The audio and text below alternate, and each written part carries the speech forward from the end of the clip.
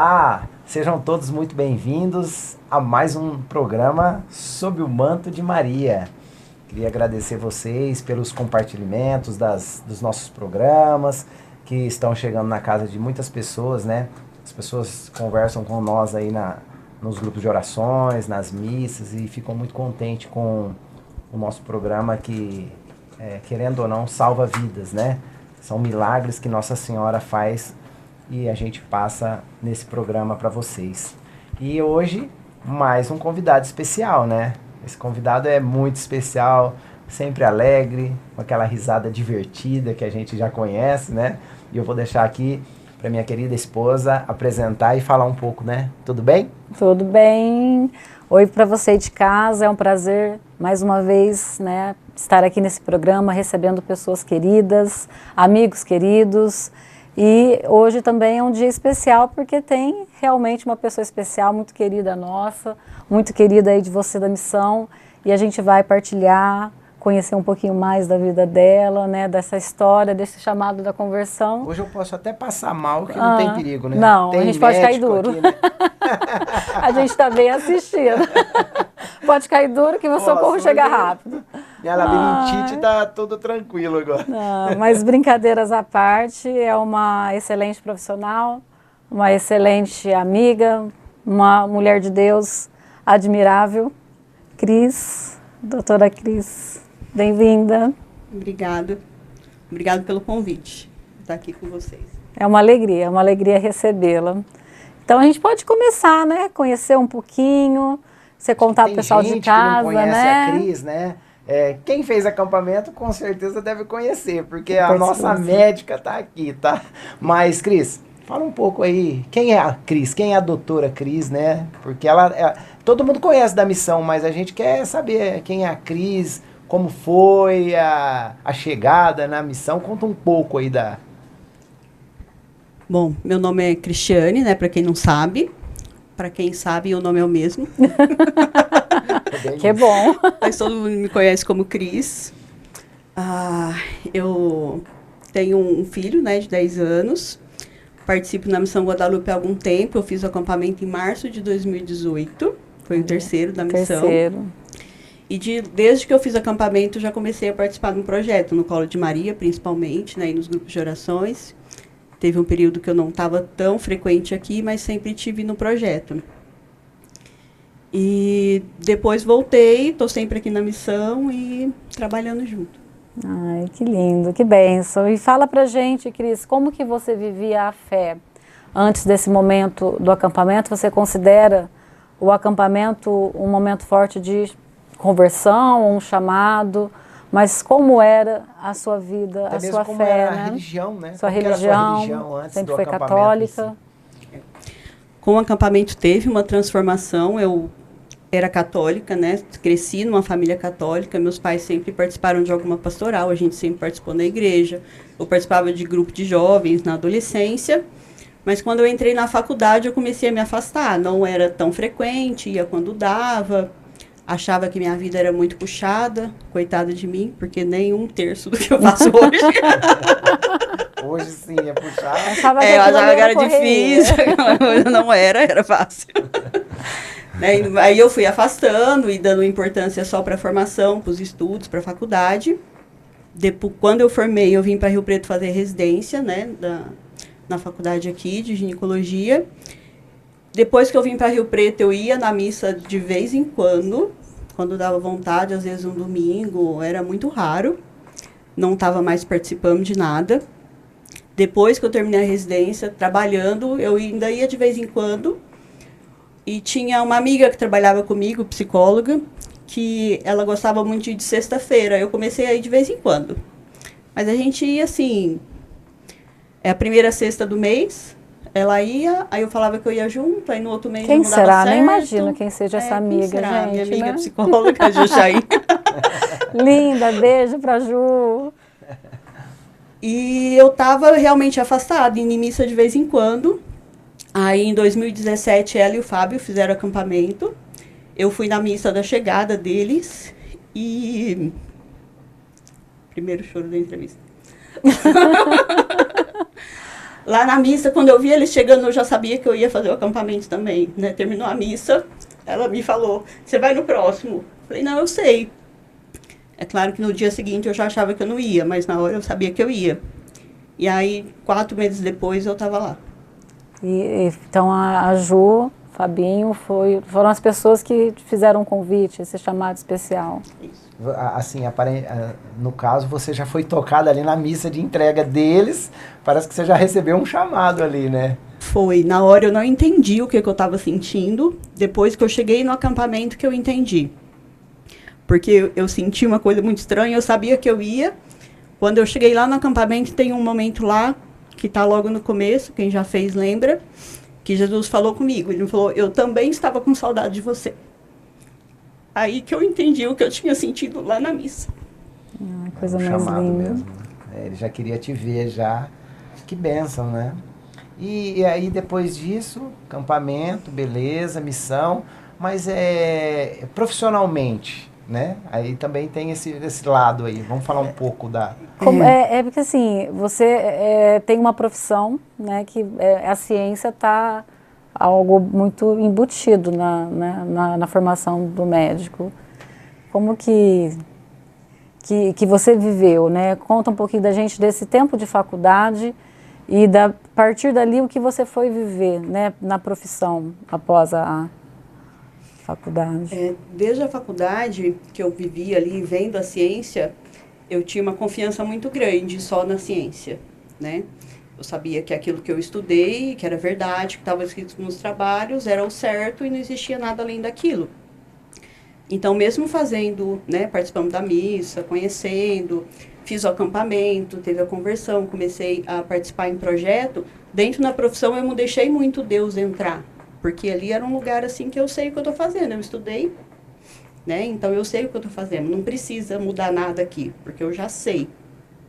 Então, eu não tinha mudado nada em relação à minha profissão, continuava fazendo tudo que eu fazia antes, né? E eu sou ginecologista, para quem não sabe, e eu trabalhava com ginecologia, obstetrícia geral, né? Trabalhava com anticoncepcional, com reprodução assistida, eu já trabalhei, e eu achava que estava tudo certo.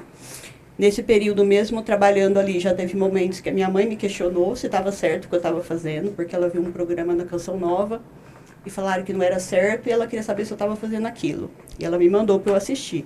Eu nem assisti. Falei, não, mas não é isso que eu faço. O que eu faço está tudo certo, porque eu sabia. Eu achava que eu sabia o que eu estava fazendo. Então, eu não deixei Deus entrar dentro da minha profissão. Aí, vivendo, né, dentro da igreja, do jeito que eu achava que estava certo, começou a pandemia em 2020. Quando começou a pandemia, eu participava de um grupo de intercessão. E a gente começou a rezar o terço todo dia. Enquanto eu rezava o terço todo dia, Nossa Senhora pediu para eu ler um livro que eu já tinha comprado, já tinha mais de ano que eu tinha comprado um livro, que é o Tratado da Verdadeira Devoção à Santíssima Virgem. Eu assisti uma pregação do Guilherme, filho da Mônica, e comprei o livro. E guardei o livro na estante. Depois, rezamos o terço todo dia, eu senti um chamado que eu precisava ler aquele livro. Comecei a ler, conversei com 2 amigas que eram consagradas, que tinham feito a consagração do livro, que é a Alessandra e a Bárbara Zeri. Elas me incentivaram, eu terminei o livro, senti vontade de fazer a consagração e a gente, depois que lê, tem 30 dias de estudos e de preparo para fazer a consagração. No meio dessa consagração, um dia eu estava rezando, Nossa Senhora pediu para eu estudar mais sobre o DIU. Não é que ela pediu assim, que ela mandou, foi uma proposta. Que é uma coisa que a gente fala no acampamento, é uma proposta. Né? Perguntou se eu não queria estudar mais sobre aquilo. Eu falei, tá, mas eu já estudei, né? Mas vou estudar. E comecei a estudar, eu ia para o plantão, terminava o que eu tinha que fazer, abria o computador, porque no hospital a gente tem acesso aos artigos completos, né? Não é só resumo. E comecei a ler tudo que tinha de novo sobre DIU. E aí comecei a ver algumas coisas estranhas que não batiam exatamente com o que a gente defende, porque todo mundo fala que o DIU não deixa formar um embrião, que não é abortivo, e que está tudo bem, a propaganda diz isso. E aí os números, assim, do quanto tem de prevenção para gestação que acontece dentro do útero, por quanto ele previne para gestação que acontece fora do útero, não batia. Né? A matemática com tudo e com a conclusão não batia. Eu falei, gente, isso está errado, né? O DIU está impedindo o embrião de implantar. Então, ele tem um potencial de provocar um aborto. Aí eu cheguei sozinha à conclusão de que estava errado. Fui ler a bula do DIU. Está escrito isso lá, só que está escrito floreado, em outras palavras. Primeiro, eu achei uma bula que estava escrito certinho, que ele fazia isso. No outro dia, conversando com uma amiga, ele falou, não tá não. Ele abriu a bula, estava escrito de outra forma. Aí depois eu li uma bula que não era do Brasil. Então, escreveram diferente, para passar uma mensagem... tá escondido. Né? Uma tradução Subliminar. diferente do... Aí foi a primeira coisa que eu abandonei dentro da minha profissão, parei de colocar. Né, e de incentivar os pacientes a usarem. Depois disso, mas eu achei que todo o resto estava tudo bem. Aí depois disso a reprodução começou a me incomodar, porque os bebezinhos são feitos no laboratório e para cada bebê que vai para casa, em média 6 a 8 morrem no laboratório ou ficam congelados. Falei, gente, isso também não está certo, né? Porque a vida começa na concepção. E eu já sabia isso, mas eu não tinha parado para pensar, para ver que o que eu estava fazendo não estava certo. Aí isso começou a me incomodar, fui atrás da minha chefe e pedi para sair, que eu não queria mais fazer. Foi até um movimento de tensão, mas no final ela respeitou minha decisão e tudo. Foi até um momento assim que ela me ajudou, porque eu queria sair e ela não entendia muito bem. E aí a gente conversando, ela virou para mim assim, porque eu queria sair porque o que me incomodava era o embrião que não sobrevive e o que é congelado. Você não queria mais fazer parte desse processo, que acontecia no trabalho, né? Desse especificamente. Isso. Por causa de detalhes, eu não queria estar lá. E aí ela me perguntou assim, mas é por causa de religião? Aí eu olhei para ela e é por causa de religião. A gente terminou o assunto e o que caiu uma ficha assim, é que eu sabia que a igreja era contra. Eu só não tinha ido ver o porquê. Falei, gente, por que eu tô aqui brigando se eu posso fazer, se eu não for fazer? E eu não fui entender por que a igreja é contra. Aí depois que eu saí, que eu fui ler os documentos da igreja, de por que ela não aceita, né, tudo isso. E são reflexões, assim, que a igreja já fez, que são... A gente espera, porque é lindo para você aí de casa, a gente até esqueceu de mencionar, mas a conversa que a gente, né, quer desenvolver aqui, né, o tema do programa é viver a vocação segundo a vontade de Deus. E isso, né, suscitou no nosso coração, assim... Ela tinha uma vocação, mas linda, qual era a vontade de Deus na vocação dela? Na vocação dela, né, com a escolha da profissão. Então, assim, a Cris saiu de uma atuação dentro da medicina para uma outra totalmente, né, diferente, para tentar buscar isso, Cris, atuar a medicina, né, fazer medicina de acordo com a vontade de Deus. E depois que eu fui ler os documentos da igreja de por que a igreja defende, né, que o filho seja gerado no matrimônio, que a gente não faça isso em laboratório, de por que a igreja defende que a gente não use contraceptivos que são artificiais, porque todos eles têm um potencial de provocar um aborto. Você lê toda a reflexão que a igreja já fez, que não dá para entender como é que alguém pensa ao contrário. Porque a gente pensa assim, não pode porque a igreja proíbe, né? A igreja proíbe que eu faça a reprodução, então ela não quer que eu não tenha um filho. Não é isso. Ela incentiva que você tenha o seu filho dentro do matrimônio, que a gente respeite a vida de uma forma, porque aquela vida é um dom de Deus, né? É uma alma imortal, cada bebezinho. E eu não tenho o direito de fazer o que eu quero para levar um bebê para casa às custas de levar à morte e sacrificar outras 6, 8 almas. Né? Não faz sentido se você para pensar. E aí eu fiquei pensando, por que eu não vi isso antes? Parece que os olhos estão fechados, né? Tem alguma coisa impedindo a visão. E a igreja ela é muito rica, né? tudo que a igreja defende, ela já pesquisou, já refletiu, já viu aquilo à luz da palavra de Deus, e tudo tem um porquê. E a gente fica brigando, querendo achar que a minha opinião é importante porque eu sei, sendo que, na verdade, a gente não conhece. Às vezes o desejo, né, da maternidade, no caso, você acredita que, de uma certa forma, nos engana, né, a pensar de uma forma, de uma maneira que não é a sonhada por Deus, a correta? Pode-se dizer assim? É o desejo de se satisfazer, né? Mas, na verdade, a maternidade não foi feita para me satisfazer como mãe. É uma missão, né? Uma missão que é dada por Deus. Se eu quero a todo custo uma missão que não me foi dada, se eu acho que eu posso alcançar isso por meus próprios meios a custo de outras pessoas, é onde começa a ter os problemas, né? Enfim. E assim, explica pra gente hoje, como que eu tento acompanhar e como leiga eu tenho um pouquinho de dificuldade para entender esses processos de mesmo assim, naturais né, de contraceptivos, por exemplo. Como que você atua? Como que é a medicina hoje da Cris? A doutora Cris hoje, como que é a sua atuação na área, respeitando aquilo que a igreja acredita? Explica pra gente.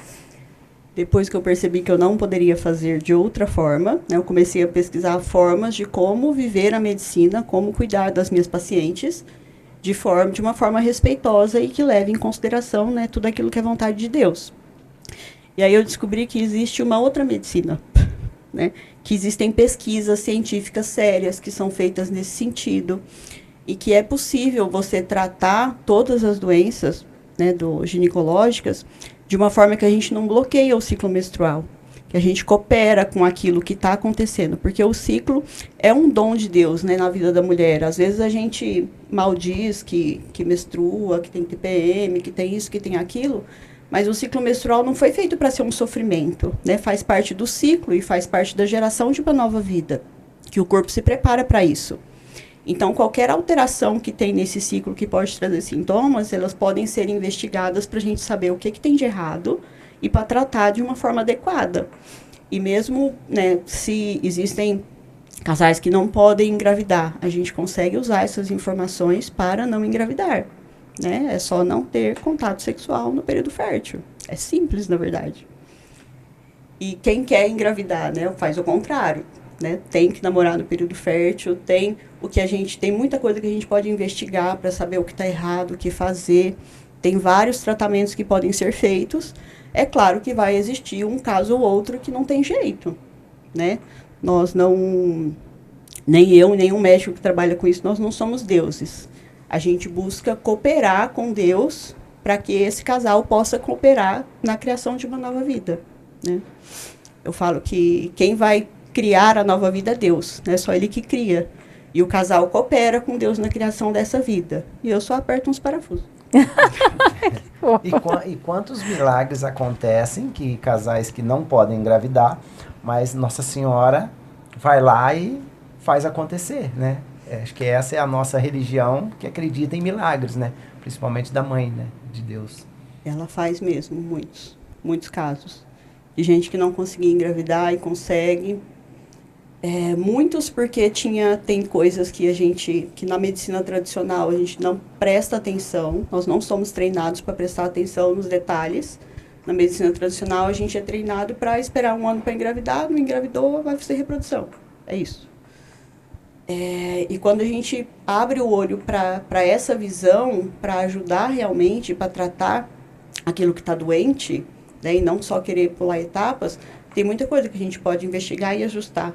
Né, hoje mesmo, atendi uma paciente que ela veio em 3 meses, eu falei, você vai fazer isso, isso, isso, depende de você. Ela foi e voltou. Ela voltou, eu estava pensando o que eu ia fazer agora. Comecei procurando, ela fez charme também, né? Porque ela podia ter chegado e me contado que estou grávida. Sim. Não, sentou, oi. Aí comecei a ver se ela estava fazendo as coisas, tudo. 10 minutos depois, eu pensando o que eu vou fazer agora. Então, aí eu fiz esse exame positivo. Que era? Porque também nada é muito fácil, né? É simples, as respostas às vezes são simples, mas requer um esforço e requer uma dedicação. Eu tenho que fazer a minha parte para que o tratamento dê certo. Eu tenho que assumir a minha responsabilidade dentro daquilo. Ela assumiu, fez o que tinha que ser feito e está grávida, né? E tem casos que eu já pensei assim, não tem jeito, não tem o que eu fazer. E aí Nossa Senhora fez sozinha. E isso acontece, acho que, com muitas pessoas, né? Acho que nós também somos um exemplo claro disso, né? Nós temos 2 filhos, um com 21 e outro com 13. Olha a diferença, né? E chegou uma época, né? A Rê pode dizer que ela falou, não é possível, né? Que eu não vou engravidar. E aí a gente queria tentar outros meios. Ela foi atrás, tudo E eu escutei, assim, acredito que muitas mulheres devem ter escutado a questão da idade, esse peso, né? Eu fiquei tão chocada que o médico disse assim para mim, você já tem 29, você só tem mais um ano. Eu falei, nossa, o que aconteceu com... Antigamente era até os 40, né, engravidar antes dos 40, mas eu tinha 29 anos e eu tinha que, né, um ano só para engravidar antes dos 30. Aconteceu, né? Aconteceu. Passaram 7 anos, né? Mas eu tive que fazer muitos exames também. Até eu fui culpado dessa história. Porque aí começou a investigar todo mundo, né? O Rodrigo. Tá, e por fim, mas tem isso mesmo, isso é dentro do que você tem estudado, isso caiu por terra, essa questão da idade da mulher, né? Desse período fértil, dela poder engravidar. A idade não deixou de ser uma preocupação, né? Porque a mulher, a gente já nasce com todos os ovinhos que a gente tem para gastar a vida inteira. E eles não formam novos, né? Eles são formados quando a gente está no 4º mês de vida dentro da barriga da mãe. Quando nasce, a gente já perdeu 20%. E depois fica um número mais ou menos estacionado, e depois dos 35 começa a cair, é uma queda rápida. Então, a chance de engravidar depois dos 35, depois dos 40, diminui, mas não é impossível, né? Estatisticamente, aumenta a chance de ter alterações genéticas, como síndrome de Down. É mais frequente se você considera por idade, mas também não quer dizer que vai acontecer, né? Com 40 anos, a chance acho que é 2,5%, tem 98% de chance de não ter, né? E se tiver, a gente ainda acredita que a vida é um dom de Deus, e de todo mal que Deus permite, dali Ele vai tirar a sua salvação. Cris, e cada vez mais a gente escuta falar que mulheres acima dos 40 estão tendo filhos, né? Acho que eu tenho um exemplo claro na família, né? A nossa prima, né? Sim. Também estava praticamente chegando nos 40, estava preocupada com isso e engravidou. É claro que tem cuidados, assim, tem coisas que a gente pode fazer que aumenta a chance, diminui a chance de ter complicações, né? Não tem como falar, você vai fazer isso vai dar tudo certo. Né? Mas ter um estilo de vida saudável, comer bem, fazer atividade física, né? Tem suplemento anti-inflamatório que a gente usa, tem muita coisa que pode ajudar. Né? O que eu não posso é falar com a paciente, você não pode engravidar porque você está velha e porque o seu risco é alto. Né? Quem sou eu? Sim, e a gente, infelizmente, a gente ouve isso, né? Dentro, é lindo essa medicina humana que você tá desenvolvendo. Eu sou realmente uma pessoa que admiro demais. Acompanho as amigas, ainda não sou paciente, mas é um desejo aqui Ela está me esperando. A gente já combinou, desmarcou. Você aí que está assistindo, doutora Cris, pode procurar. Inclusive tem muitos pacientes aqui da missão, né? Até teve testemunhos aqui que a pessoa estava aqui falando e falou assim que chegou no consultório, eu olhei e falei, não é possível, aquela moça que estava lá na missão, eu conheço. Então, acho que Nossa Senhora vai encaminhando, assim, né? Que alegria. E, assim, nessa mudança toda, né, do teu foco profissional, você teve apoio da família. Tive. A sua mãe teve grande peso, influência nisso? Tem. Meus pais, enfim, a gente era católico, né? Eles moravam em Brasília desde... não me lembro. Eu estava na faculdade, eles mudaram para Brasília. E depois disso, lá, eles também tiveram um processo de conversão maior. Hoje eles fazem parte de uma comunidade católica, que tem sede em Belo Horizonte, e agora eles têm um núcleo deles aqui em Rio Preto. Porque, graças a Deus, também, em 2020, 2 meses antes da pandemia, eles mudaram para cá. Ai, que benção. Olha, bem nesse momento que você teve esse trânsito na vida profissional. Em um momento que também eu ia precisar, por causa do Francisco, com o trabalho, porque todo mundo parou de trabalhar e eu não, né? Como todos os colegas. É a profissão que mais trabalhou na sincero, pandemia. Né? A gente continuou Uma trabalhando, né? E também da preocupação deles estarem longe, a 700 quilômetros, sozinhos, né? Nesse momento. E aí, eles vieram para cá e sempre me apoiaram. Sempre. Que lindo. E você também mencionou da sua avó, que você também tem uma influência aí da sua avó. Conta pra gente. A minha avó, ela morou com a gente desde sempre, né? Desde que minha mãe casou, ela já morava com a gente. E a minha avó era muito católica, assim. Minha avó fazia comunhão diária, ela rezava o terço todo dia. Ela queria que eu rezasse o terço todo dia, ela achou por um tempo que eu rezava o terço todo dia. Ela esperava, pelo menos. Ela esperava, ela tentou. Né, ela sempre incentivava a gente, às vezes, depois que eu já tinha carta, eu tinha que buscar ela depois da missa. Eu falava, por que você vai na missa? Foi ontem, para que você vai hoje? Né? E hoje eu vejo assim que ela foi muito importante para a família inteira naquele momento. E deve ser até hoje, né? Acho que intercede pela gente no Com céu. certeza. Intercede Está no céu já? Está no nós. céu. Que lindo. A gente tem anjos, né? Intercedendo por nós lá.